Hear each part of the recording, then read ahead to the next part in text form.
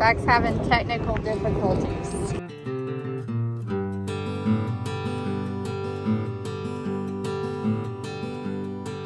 Good morning, everybody. We had a break from harvest and now we're coming back into the swing of things. Bean harvest is coming up fast. It'll be my very first soybean harvest ever. Don't mind the loud boom in the background. I think I just heard one.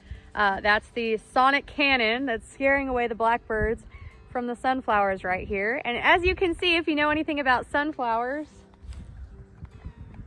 they look like they're starting to turn black, which means they're gonna be done soon. A few things I need to do to start getting ready for being out in the field all day, every day for a little while. One of them is feeding the animals. They found my bowl of cat food. Let's go to the cat shed and give that to them. Zach is going to scout crops today. He's gonna go look at corn. He's gonna go look at the beans and see if they're ready to combine. But not only that, but the combines need to have their concaves switched out, I believe. And I've seen him do that down in Kansas. I will not be there to help him, but you guys will to go see what that's all about. Oh, yelling at me. There you go, kitties. Sure, it's gonna be fine, but I'm a little bit excited, a little bit nervous for bean harvest. I've never seen how they load into the truck, how they load into the cart. So depending on how wet, how dry they are, I heard they can be a little bit bouncy compared to corn. So I'm really excited to see it, but also a little bit nervous. Zach did tell me it's a little bit more slow going than even wheat a lot of the times. And they're cutting up right next to the ground. I can't wait to show you guys how that works. I'm gonna be chasing two combines and both of them are different sizes. Both the headers are different sizes. So getting up next to them, I'm gonna have to get all used to that again. It's really weird. We had this couple week break in between harvest and yeah, I feel like it's a first day all over again, especially because I've never done this. So let's cut over to see what Zach is up to get prepared for bean harvest. Good morning. We're out doing a little bit of crop scouting. Just getting a quick eye on the corn. I'm really hoping some of this is starting to black layer. We're about to find out. The husks are all starting to turn colors, which is a good sign. Goodness, look at some of these ears. Look at that thing.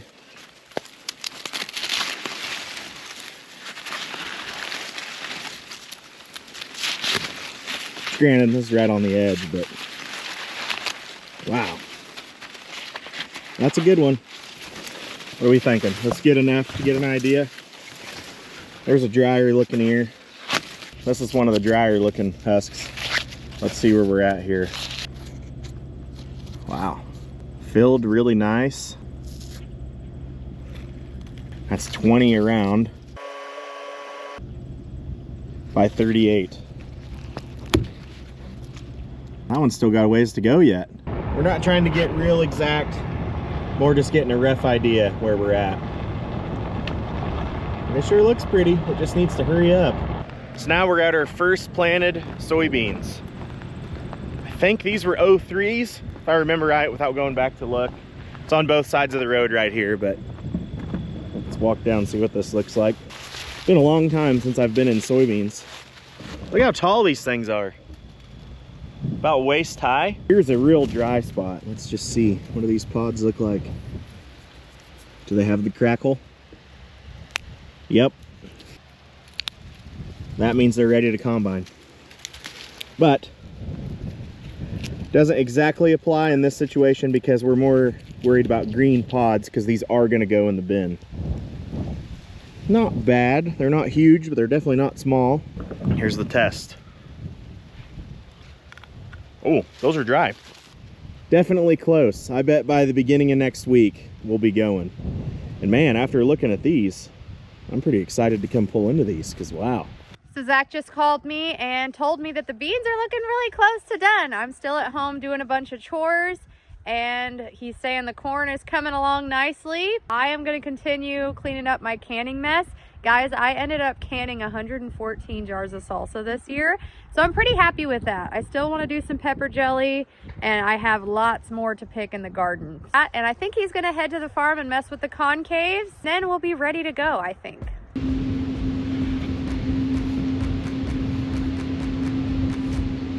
Oh, noted. These are extremely tight. We could use an impact, but I thought for sure these would just kind of pop loose and then turn my hand.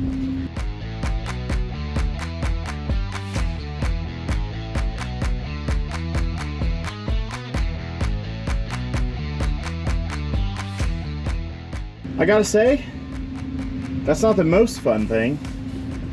It reminds me a lot of changing the concaves in a deer combine. It's very similar. So for small grains and cereals, we were running what's called small wire concaves, which is these. As you can see, the wires inside them, they're small, they're close together. And then it's got these bars, and this is where your threshing happens. So this is where the grain actually gets threshed out of the head, whether it's wheat or barley or whatever it is. Your rotor's spinning around, the wheat is hitting on this, or the barley or whatever, the grain falls through, and hopefully if it's threshing nice and your combine's set right, the grain goes through and the trash stays up in here and it keeps going back and goes out the back of the combine. So for beans, they crack a lot easier, they split a lot easier, they're a little bit more delicate of a crop. Also, there's not near as much trash to get them out of as a lot of the cereals. You're basically threshing it out of just one pod, has the beans inside it. So basically we need to be a lot gentler on it. We don't want to thresh it through this, not to mention a lot of the beans wouldn't fit through there. So we switched to, in this combine, you can run what's called a large wire, which is this right here. So it's similar to a small wire, but the bars are bigger and bigger gaps. You can also run a round bar. They're big round bars, nice and smooth and gentle. That's what you would use for soybeans, corn, crops that you need to be a little bit gentler on, that thresh a little bit easier. There's going to be a lot of green pods that are going to be tough to thresh. We're actually going to put a large wire in the very front and then 2 round bars behind it. That'll give it an initial harder thresh when it first hits the concaves. That'll get some of that tougher stuff out of there. And then as it moves back, you get gentler on it. Then it moves into what would normally be called separator grates. I don't know of what Case IH actually calls these, but they look, in a Case IH, they're actually the same as the concaves. So there you can see that's actually called large skip wire. And there's 6 of those, but I've got the cover on right here. But that's where a lot of your separation happens. So the threshing happens here. Yes, some threshing still happens back here, but this is your separation point. So you've got the berries, the kernels, whatever it is, out of the pod. Now you need to get those berries and kernels out of the mixture of straw and trash and residue and whatnot. That's this part. This, they're a little bit further away. They're not as close as you can set these up here. This starts separation. Yet again, your trash keeps going out the back, keeps going back, keeps going back. This is where your separation occurs, just like we were just talking about. So this is where you're hoping to not do much threshing back here, but you're wanting to get the grain, the berries sifted out of the trash, out of the residue. That falls down on your sieves, which are right there. Your chaffer, everyone calls it different names. That is where your grain gets cleaned. So obviously, some trash makes it through the concaves, the separator grates. It all ends up on your sieves. So this is the same view, but from the back, turn the light on. There's your sieves. Oh, still covered in canola dust. So anyways, you've actually got 2 sieves. I didn't really mean for this to turn into a combine walkthrough, but that's what it's turning into. You've got 2 sieves. You've got a top and a bottom. So there's a sieve here, and there's actually a sieve down here. The top one, that's where you're hoping to do most of your cleaning, because then the majority of your trash will end up hitting the spreaders and coming out. What makes it through your top sieve lands on top of your bottom sieve. What goes through the bottom sieve goes into this elevator, goes up into your grain bin. So hopefully grain. What does not go through your bottom sieve goes to your return, which is on the other side, comes into this, which is a re-thresher. This has a paddle system in it down here that basically re-threshes it, because ideally you're using your bottom sieve to capture pods. I'm talking about soybeans, to capture pods with grain still in it. It'll get re-threshed here, brought up, and it's just a little door that spits it right back in on top of the sieves. and hopefully you've got it threshed out the second time and it makes it into the grain tank. That's the point of the concaves. Different concaves for different crops. You kind of treat it different.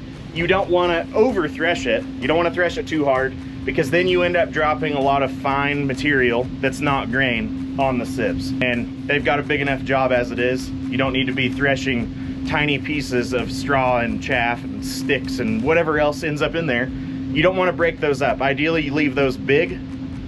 That way, they don't come out of this. They stay in the rotors.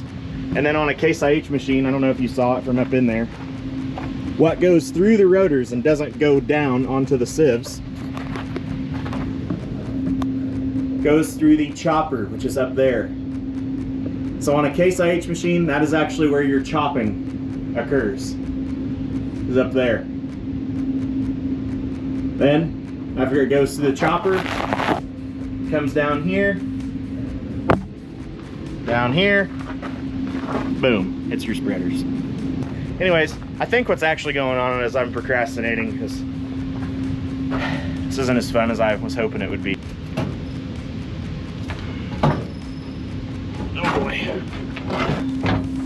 Oh, it's just so awkward. You gotta do the splits on the tire. Oh, this is just not ideal.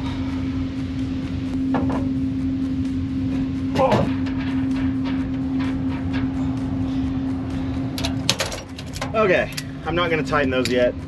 I didn't look up the Torx specs, which, judging how tight they were, it's pretty much as tight as you can get it, whatever foot-pounds that is. Good morning. It's the next day. As you can see, concaves are in. I think I was wore out, frustrated, tired, sore, you name it.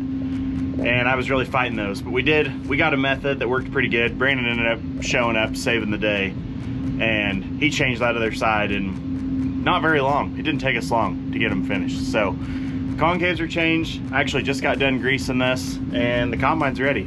So I'm gonna take it back over. I do got a couple changes to make to the header that I had changed for canola, but I'll do that when we're actually at the field. And then we'll bring Brandon's combine over, start getting it ready.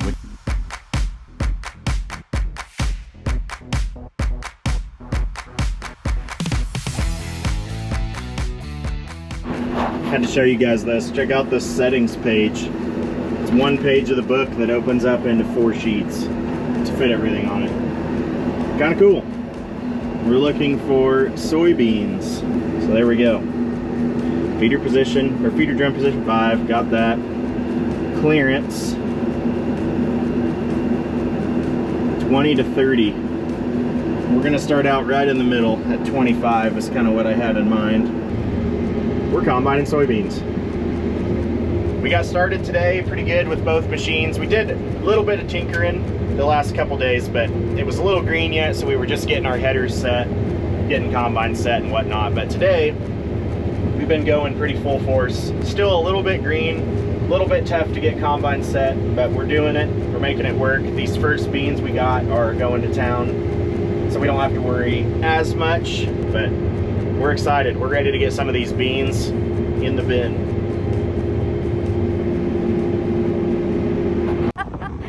Good morning. It is so early in the morning. It's finally time. We're gonna pretend like Zach hasn't been around the beans for quite a while now. Anyway, this is my very first day around beans. I'm not sure how they're gonna load. I'm not sure how they're gonna act, but we're here. Look, there's a plant in there right now. We got beans.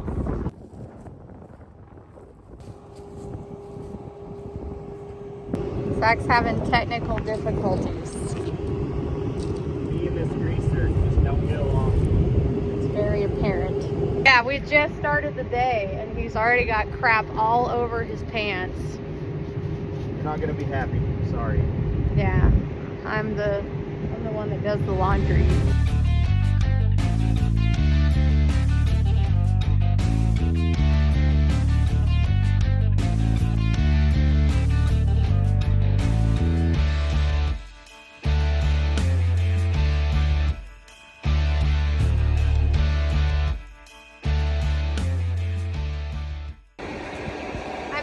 first bean harvest 2025. Let's go.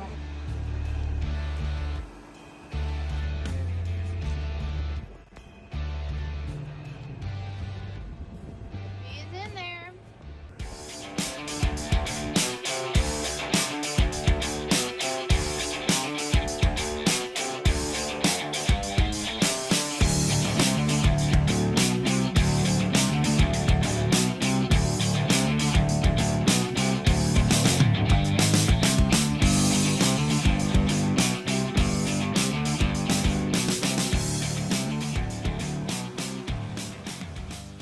Holy cow, what a productive very first day of soybean harvest. There goes Zach. We've been cutting since about, I don't know, noonish, and it's 7 o'clock now.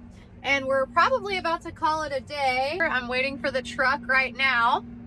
Loading them has been a journey, and my whole first impressions of bean harvest is that I am realizing that it's a lot more slow going than irrigated corn down in Kansas was. I am sitting and waiting a lot, and this field is kind of goofy, so I've been kind of running around all these big old tree rows and things like that, and the trucks are loading weird, the piles are coming up fast, and it just loads completely different than I ever imagined it would. Hopefully tomorrow is a big day and we can knock out a lot of acres. We knocked out quite a few today. We've really been rolling.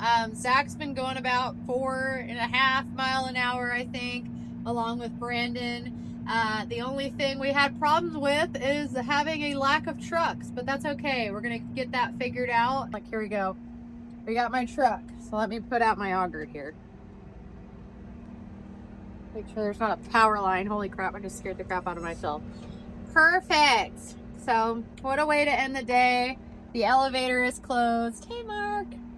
The elevator is probably closed by now, and we are going to get this all finished up and call it a day. So very first impressions, a lot more boring than I imagined. Not in a bad way, just in a what am I doing with my life way. And there y'all have it. My very first soybean rookie days are in the books. I am in the tractor as we speak, so I'm going to have to keep it short because I'm going to have to go chase Zach here in a second. Thank y'all so much for being here. Thank y'all for making it to the end. If you want to support the channel, go check out the description below and follow all of my other social medias. If y'all have any questions, comments, concerns, as always, leave those down below. And once I get my bearings and I get really comfortable and settled in, I'll start answering questions, maybe explaining things a little bit further and showing you guys through a rookie's eyes what soybean harvest is all about. Appreciate y'all. Thank y'all so much for watching. And as always, I'll see y'all in the next one. Okay, love you. Bye.